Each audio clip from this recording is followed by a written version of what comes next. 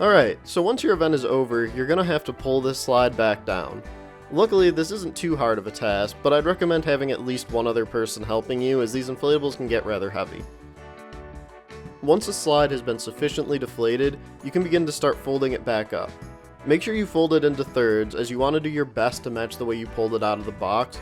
While this won't be perfect, the closer you can get it to the way it was when you pulled it out, the better.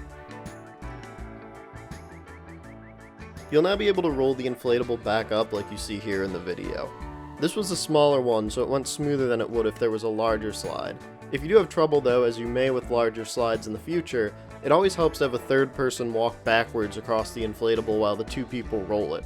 Just make sure the walker has their shoes off first. Once rolled up, you can tie the slide together to make sure that it stays firm. Now stand your inflatable up to make it easier to drop the bag over it. Once you've got your slide in the bag, you can flip it over and tie off the loops at the top to make sure the inflatable remains secure inside.